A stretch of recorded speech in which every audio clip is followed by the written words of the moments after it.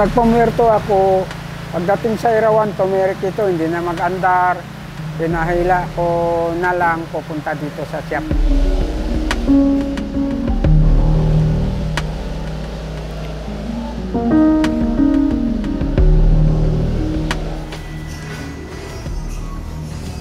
Nung pumunta yan dito, hinila lang, hindi na umaandar. So, first step na ginawa nung sinubukan natin paandar. So, hindi talaga siya umaandar. Nilinis namin yung mga SCV niya. Yung tangke niya may tubig.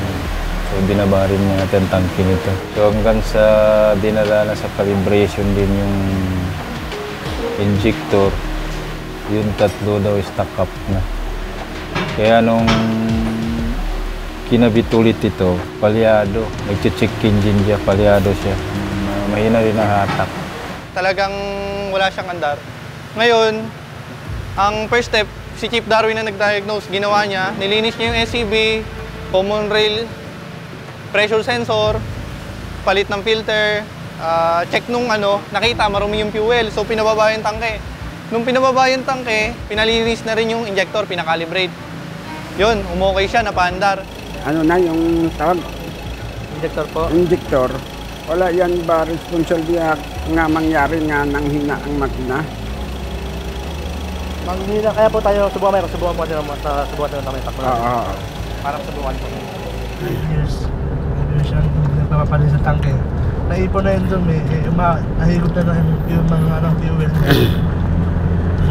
Mantong na sa radiator at sa injection pump.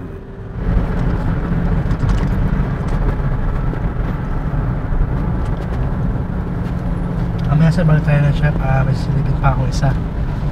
Nagkaroon siya ng gabi. Oo. Ang nangyayari naman, nagli-limp mode naman siya. Nung nagli-limp mode na siya, yung power niya biglang nawawala. Pag lumabas yung indication nung indicator dun sa dashboard, mawala yung power. Tapos yung turbo actuator, hindi gumagalaw, nag-i-stack up. Hanggang naghiram kami sa Ranger ni Sir ng tawag injector. Na doon namin nakikita ang sakit niya, nga injector ang problema. Ayun, sa meeting salita ay nagpabili ako ng injector at ngayon, pinalitan nila. So, nung nag-decide na, sinubukan namin palitan ng injector na panibago. Kumuha kami ng pang-spark test. So, bumuti siya, bumalik yung hatak niya. Naging okay na, malakas na. So, ang natira na lang, yung usok. Mausok siya. So, titingnan natin ngayon. Nilinis na rin namin yung intercooler niya. Ganun pa rin. Mausok pa rin. So, sinusubukan natin ngayon kung anong magagawa natin. Paano mawala yung usok. Pag binirit mo, mausok. Normal din na mausok, pero yung sobra naman, hindi na yung normal. So, titingnan natin saan nanggagaling yung usok niya. Tinignan namin, exhaust pipe, filter, tapos linis ng intercooler, wala pa rin.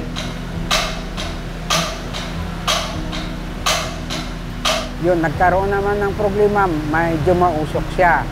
Ngayon, hinanap naman nila ng mga mekaniko. Yung binabatok, wala naman siyang mga fault code. So, yung kukunin lang natin dito, titingnan natin mga sensor niya. So, ibig sabihin, pag nag-uusok daw yung mga ganito, meron diyang hindi maganda yung timpla. Meron hindi sinusunog. So, hanapin natin ngayon kung ano yung magagawa natin. Yung malakas pa naman siya, malakas. Yung nga lang, pag pinipiga, mamayusok siya. So, napabayaan kasi ito napabayaan. So, si Tatay Adan, tinawag namin, siya yung nag-relearn. Pagka-relearn niya, yun, okay na. Nawala na yung sakit.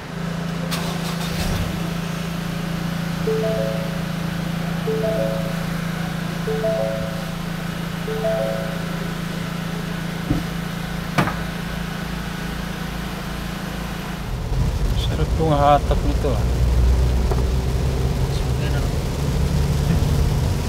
Silipin nyo. Wala na ito. Wala. Mas malakas kanina. Kasi ganun karangkada niya, malakas na yun. Meron ba niyan baka konti? Hindi ma'am kaya na wala. Okay na. Ganda ng takbo ng sakyan ko. Oo. Lumanda lalo yan. Lakas ng boost. Lumamaga kanina yung ano eh. Yung turbos eh.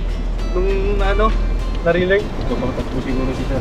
Bumalabadan mo yun. 140 takbo mo, 160. Masaya na ako dumisan daan. Yan, 140, 140. Ba? Wala katitimba ito.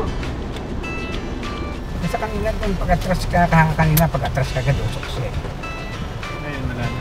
Wala na. Gusto mo bawasan lang. Yung bagay lang. Oh. Hindi na mapamalata sa daan mo. So, Mas maday power eh. Yun na lang Talagang yung malata na sa daan, mahirap lang sabi sa kotse ba. Awan ng Diyos na sa ngayon, okay na siya. Ay, sa mekaniko talaga masigasag sila. Tulong-tulong talaga sila nga makita ang problema ng isang sasakyan. Wala kang masabi sa mga mekaniko ni Sir. Talagang masigasag sila. Ay, wala kang masabi sa sa paggawa nila.